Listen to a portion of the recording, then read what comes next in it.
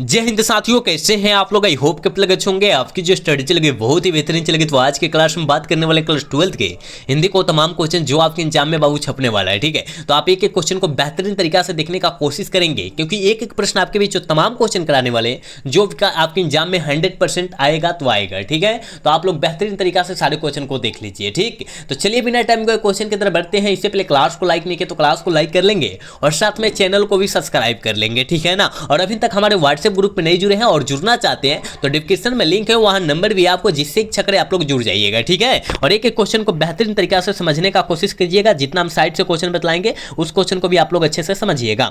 One का answer जल्दी बतलाने का कोशिश करेंगे। बाबू कहा जा रहा है कि चंद्रधर शर्मा गुलेरी संस्कृति विभाग के अध्यक्ष कब बने थे। काफी ज्यादा बेहतरीन क्वेश्चन है, आप इसको अच्छे तरीका से याद रखेंगे। ठीक है, तो याद रखिएगा बाबू, वो जो बने थे ना 1916 ईस्वी बने थे। ठीक है ना, 1916 1915 मारिएगा गलत हो जाएगा, क्योंकि चंद्रधर शर्मा गुलेरी की कहानी जो है, उसने कहा था कहानी जो है 1915 ईस्वी में क्या हुई थी, प्रकाशित हुई थी। ठीक है ना, तो आप याद रखेंगे, इसको भी याद रखेंगे कि उसने कहा था कहानी जो है कब प्रकाशित हुआ था, तो 1915 ईस्वी में। ठीक है ना, और यह जो अध्यक्ष जो बने थे 1916 ईस्वी में बने थे, आप याद रखिएगा बाबू। ठीक है, चलिए अगला क्वेश्चन 2 नंबर का आंसर जल्दी बतलाइएगा। कहा जा रहा है कि चंद्रधर शर्मा गुलेरी की मूल निवास स्थान कहाँ है। चंद्रधर शर्मा गुलेरी जी की मूल निवास स्थान जो बाबू है वो कहाँ है, तो याद रखिएगा मूल निवास स्थान कंगड़ा हिमाचल प्रदेश है। बिल्कुल ऑप्शन बी हो जाएगा, याद रखिएगा। अरे जयपुर, क्या जयपुर राजस्थान ना होगा, जयपुर राजस्थान होगा बाबू, क्योंकि यहाँ गुलेरी जी का जयपुर राजस्थान होगा। ठीक है ना, ऑप्शन ए हो जाएगा। ठीक है ना, 2 का बाबू ऑप्शन ए होगा, बी नहीं होगा, क्योंकि गुलेरी जी का मूल निवास स्थान जो है जयपुर राजस्थान है। ठीक है ना, याद रखिएगा, आप यहाँ थोड़ी सी सुधार लीजिएगा, ऑप्शन ए होगा। ठीक है, ऑप्शन बी नहीं होगा, याद रखिएगा। ठीक है, चलिए अगला क्वेश्चन 3 नंबर क्वेश्चन में कहा जाए जयप्रकाश नारायण के पिताजी के माता जी का नाम क्या था। जल्दी बतलाइएगा कि माता जी का जो नाम हुआ था वो क्या था। ठीक है, आप सभी को पता है कि माता जी का नाम जो था वो क्या था, जल्दी बतला दीजिएगा क्या हो जाएगा। 3 का ऑप्शन क्या हो जाएगा बाबू, आप कहेगा जयप्रकाश नारायण जी के माता का जो नाम हुआ था वो फूलरानी देवी था। क्या था, फूलरानी देवी था। बिल्कुल ऑप्शन क्या हो जाएगा, बी हो जाएगा। ठीक है, और पत्नी का नाम जो था मनुरूप देवी था। क्या था, पत्नी का नाम क्या था, मनुरूप देवी था। याद रखिएगा, दोनों साथ में याद रखिएगा आप लोग। ठीक है, चलिए 4 का आंसर जल्दी बतलाने का कोशिश कीजिएगा बाबू, क्या हो जाएगा। कहा जा रहा है कि जयप्रकाश नारायण सविनय अवज्ञा आंदोलन के दौरान जेल कब गए थे। दौरान जो है जेल कब गए थे, तो 1932 ईस्वी में गए थे। ठीक है ना, जयप्रकाश नारायण जी। ठीक है, ऑप्शन क्या हो जाएगा बाबू, ऑप्शन ए हो जाएगा, याद रखिएगा। 4 का ऑप्शन जो बाबू ए टिक करा बिल्कुल सही होगा, याद रखना है। ठीक है, एक बार सारे बच्चे क्लास को लाइक कर लेंगे। जितने बच्चे क्लास को देख रहे हैं सारे बच्चे से रिक्वेस्ट है कि आप लोग बाबू क्लास को लाइक कर लीजिए। ठीक, चलिए नेक्स्ट क्वेश्चन की तरफ बात करेंगे। और 5 नंबर क्वेश्चन में कहा जा रहा है परशुराम की प्रतीक्षा किन की रचना है। परशुराम की प्रतीक्षा किन की रचना है, आप सभी को पता है कि परशुराम की प्रतीक्षा जो है ये दिनकर जी की रचना है, राष्ट्रकवि दिनकर जी। ठीक है ना, रामधारी सिंह दिनकर पूरा फुल नाम होता है, आप याद रखिएगा। ठीक है, चलिए 6 नंबर क्वेश्चन में कहा जा रहा है कि राष्ट्रकवि दिनकर थे। जल्दी बताइएगा राष्ट्रकवि दिनकर जी क्या थे। आप सभी को पता है बाबू, वो जो थे याद रखिएगा कवि भी थे और गद्यकार भी थे, और मतलब ऑप्शन सी हो जाएगा। ठीक है, ए और बी दोनों हो जाएगा। ठीक है, याद रखिएगा। जितने बच्चे देख रहे हैं प्लीज बाबू आप लोग क्लास को लाइक कर लीजिए। ठीक है, इसका आंसर जल्दी बतलाने का कोशिश करेंगे, क्या होगा। ठीक है, कहा जा रहा है कि सचितानंद हीरानंद वासे अगे ने कौन सा पुस्तक दिया था। कौन सा पुस्तक दिया था, आप कहिएगा सर इनमें से सभी, ऑल ऑफ दीज मार दीजिएगा, ऑल ऑफ दीज हो जाएगा आंसर, याद रखिएगा। ठीक है बाबू, हम जितना क्वेश्चन आपके बीच करा रहे हैं आप अच्छे तरीका से देखने का कोशिश करेंगे, क्योंकि आपके एग्जाम में 100% यही क्वेश्चन आने वाला है, छपने वाला है। ठीक है, चलिए अगला क्वेश्चन 8 नंबर क्वेश्चन में कहा जा रहा है जयशंकर प्रसाद की भाषा कौन थी। जयशंकर प्रसाद की भाषा कौन थी, आप कहिएगा सर इनका भाषा जो था खड़ी बोली था। क्या था, खड़ी बोली था। बिल्कुल ऑप्शन सी हो जाएगा, 8 का ऑप्शन सी होगा, याद रखिएगा। ठीक है, चलिए 9 नंबर क्वेश्चन में कहा जा रहा है हेनरी लुपेज कहाँ के रहने वाले थे। जल्दी बताइएगा बाबू, हेनरी लुपेज जो रहने वाले थे वो अफ्रीका देश के रहने वाले थे। अफ्रीका जो पड़ता है वो कांगो में पड़ता है। क्या होता है, कांगो में पड़ता है। बिल्कुल ऑप्शन डी हो जाएगा, 9 का ऑप्शन डी होगा, याद रखिएगा। चलिए 10 नंबर क्वेश्चन में कहा जा रहा है बाबू, कहा जा रहा है ना, कहा जा रहा है अधिनायक कैसी कविता है। अधिनायक जो कविता है बाबू वो कैसी कविता है, कहिएगा सर व्यंग्यात्मक है ना, ऑप्शन बी हो जाएगा। 10 का ऑप्शन बी होगा, याद रखिएगा। ठीक, चलिए अगला क्वेश्चन 11 नंबर क्वेश्चन में कहा जा रहा है जय कृष्णमूर्ति किस रूप में देखे जाते हैं। जय कृष्णमूर्ति जी किस रूप में देखे जाते हैं। ठीक है, आप सभी को पता है ये जो है महामनीषी के रूप में देखे जाते हैं। बिल्कुल ऑप्शन ए हो जाएगा, 11 का ऑप्शन बबुआ ये हो जाएगा, याद रखिएगा। ठीक है, नेक्स्ट क्वेश्चन 12 नंबर क्वेश्चन में कहा जा रहा है कि नामवर सिंह किस पत्रिका के संपादन रहे थे।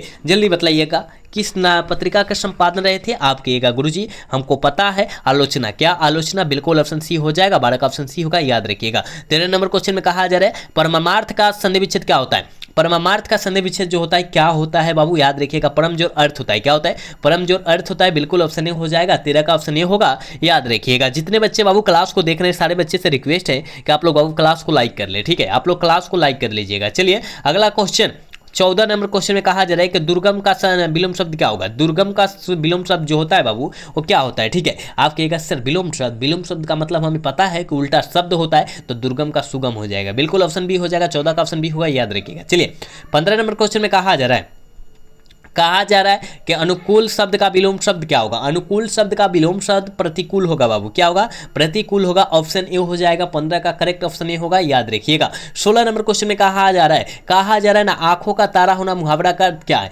आंखों का तारा होना मुहावरा का अर्थ जो होता है बाबू वो बहुत ही प्यारा होना। तो बहुत ही प्यारा तो नहीं दिया, लेकिन बहुत ही प्रिय दिया है, यहाँ पर प्रिय होना वही होता है, ठीक है ना? ऑप्शन सी हो जाएगा। 17 नंबर क्वेश्चन में कहा जा रहा है कान काटना मुहावरा का अर्थ क्या होता है? जल्दी बतलाइएगा बाबू। कान काटना मुहावरा का अर्थ जो होता है का होता है, ठीक है ना? कान कटना, ठीक है ना? कान कटना मुहावरा का अर्थ बाबू क्या होता है? आप कहिएगा सर हमको पता है, चतुर होना। क्या होता है? चतुर होना। बिल्कुल ऑप्शन बी हो जाएगा, 17 का 100% ऑप्शन बी होगा बाबू, आप इसको याद रखेंगे, ठीक है? नेक्स्ट क्वेश्चन की तरफ बात करते हैं। 18 नंबर क्वेश्चन में कहा जा रहा है नगर शब्द का विशेषण क्या होगा? जल्दी बतलाइएगा कि नगर का विशेषण जो होता है क्या होता है, ठीक है?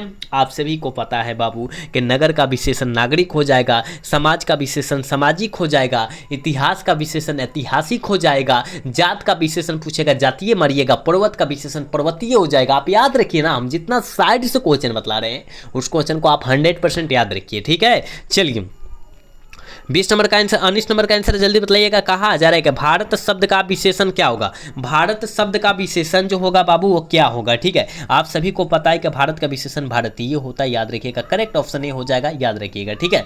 नेक्स्ट क्वेश्चन बाबू कहा जा रहा है जीव जंतु में कौन सा समास है? काफी ज्यादा मजेदार क्वेश्चन है। जहां बीच में हाइफनवा बीच में दिखाई दे बाबू, जहां बीच में हाइफन दिखाई दे उसे हम लोग द्वंद्व समास के उदाहरण में रखते हैं। तो जीव जंतु में बीच में हाइफन है ना, कहिएगा हाँ सर, तो ये द्वंद्व समास हो जाएगा। बिल्कुल ऑप्शन डी हो जाएगा, बीच का ऑप्शन डी होगा, याद रखिएगा, ठीक है? चलिए 31 नंबर क्वेश्चन में कहा जा रहा है नीलांबर शब्द में कौन सा, नीलांबर शब्द में कौन सा समास है? जिसका नीला है अंबर, नीलांबर कहते हैं, ठीक है? आप कहेगा सर कर्मधारय समास। देखिए कर्मधारी लिखा गया लेकिन कर्मधारय समास होता है बाबू, आप इसको सुधार लेंगे, ठीक है ना? ऑप्शन ए हो जाएगा। 21 का ऑप्शन बबुआ ए हो जाएगा, याद रखिएगा। बाबू आप लोग क्लास को लाइक कर लीजिए, जितने बच्चे क्लास को देख रहे हैं सारे बबुआ से रिक्वेस्ट है कि आप लोग क्लास को लाइक कर लीजिए, ठीक है ना? चलिए 22 नंबर क्वेश्चन में कहा जा रहा है कि भरपेट शब्द में कौन सा समास है? भरपेट, भर जो हो जाएगा यहाँ पर उपसर्ग हो जाएगा, और हमने बताया था जहां उपसर्ग और प्रत्यय बात किया जाए वहां अव्ययी भाव समास हो जाएगा, ठीक है ना? जहां उपसर्ग बने वहां अव्ययी भाव समास का उदाहरण हो जाएगा, आप इसको याद रखेंगे, ठीक है? चलिए 23 नंबर क्वेश्चन में कहा जा रहा है चिरीमार शब्द में कौन सा समास है?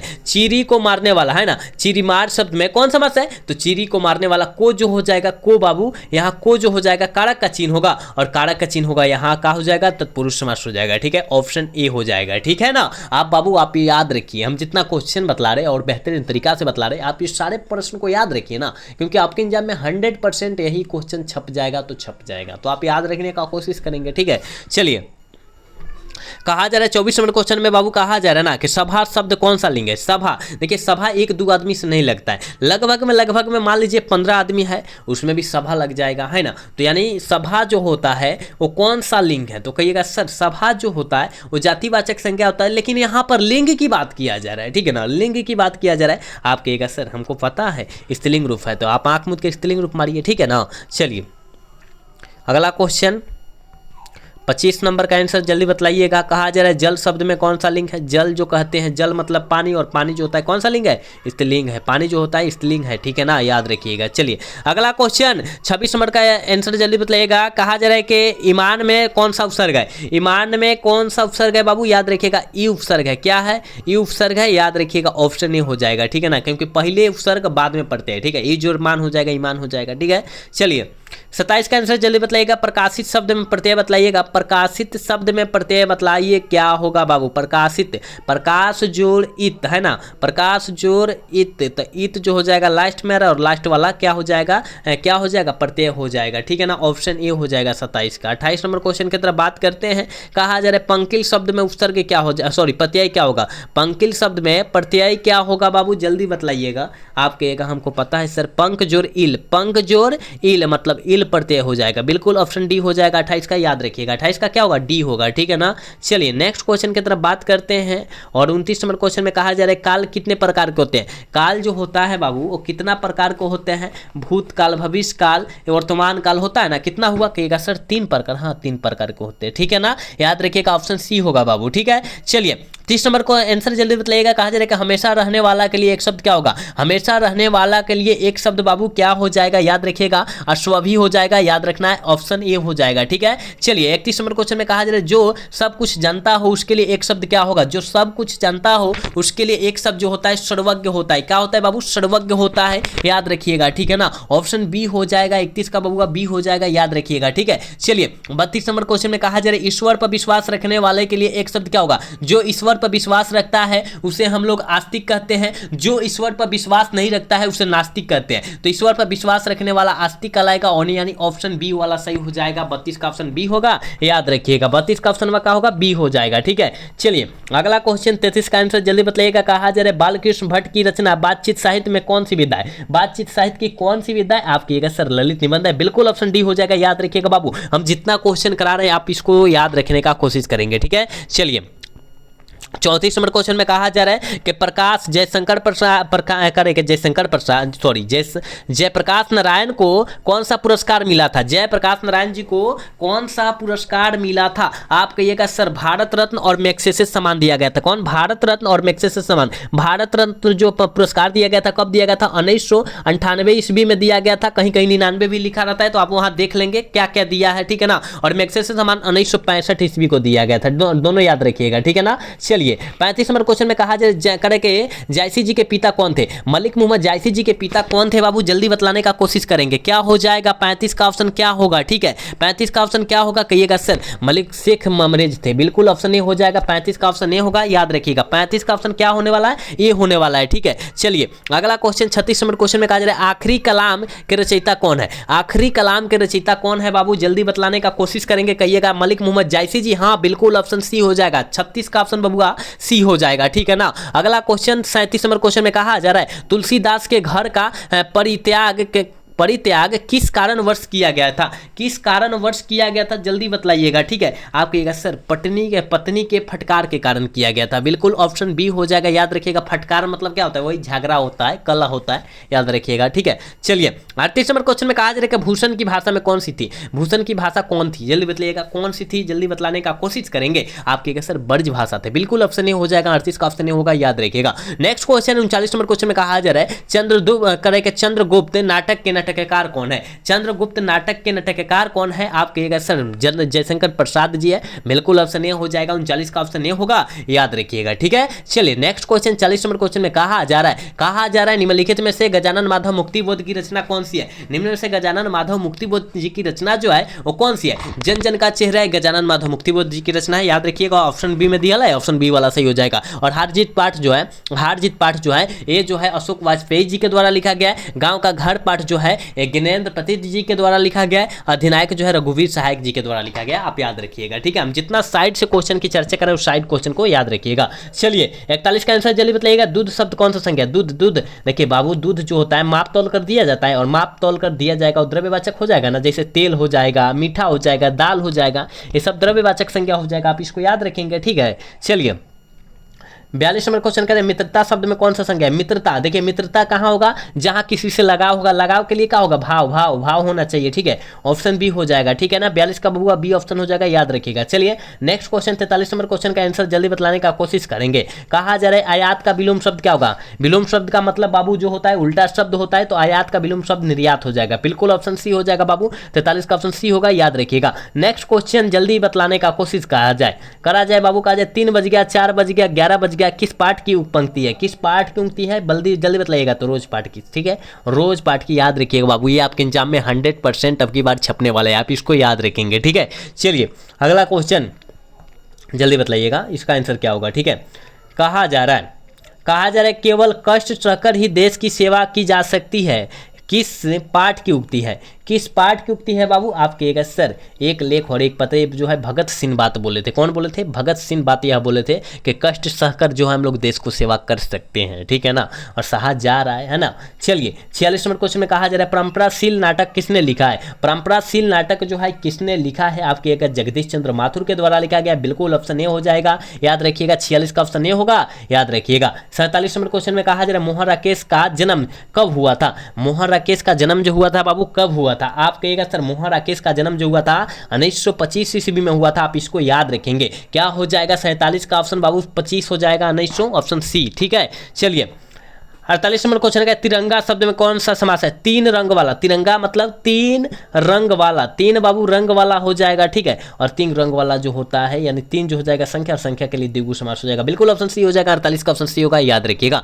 चलिए नेक्स्ट क्वेश्चन 49 नंबर क्वेश्चन में कहा जा रहा है ज्ञानेंद्र करेंगे ज्ञानोदय का संधि विच्छेद क्या होगा, ज्ञान जोड़ उदय, ज्ञान जोड़ उदय बाबू तो कहाँ दिया है, देखिए तो कहेगा सर ज्ञान जोड़ उदय, ठीक है, उदय जो दिया है देखिए तो ऑप्शन सी में दिया है, ऑप्शन सी वाला सही होगा 49 का, ठीक है। चलिए नेक्स्ट क्वेश्चन 50 नंबर क्वेश्चन है और आज के क्लास के लास्ट क्वेश्चन कह रहा है कि सूरदास के दीक्षा गुरु कौन थे, सूरदास जी के दीक्षा गुरु कौन थे, तो याद रखिएगा कहाँ महाप्रभु वल्लभाचार्य, ठीक है ना, वल्लभाचार्य भी दिया रहता है, याद रखिएगा आप लोग, ठीक है। तो 50 का ऑप्शन सी हो जाएगा, याद रखिएगा। हमने 50 क्वेश्चन बाबू बतलाए हैं आपके बीच, आप 50 में कितना सही कर पाए हैं जल्दी से बतलाने का कोशिश करेंगे, ईमानदारी पूर्वक, कोई भी बच्चा झूठ नहीं बोलेगा, ठीक है ना। तो एक बार सारे बच्चे क्लास को लाइक कर लेंगे और चैनल को सब्सक्राइब कर लेंगे। मिलेंगे कल के क्लासेस में, तब तक के लिए जय हिंद, जय भारत, टाटा बाय बाय।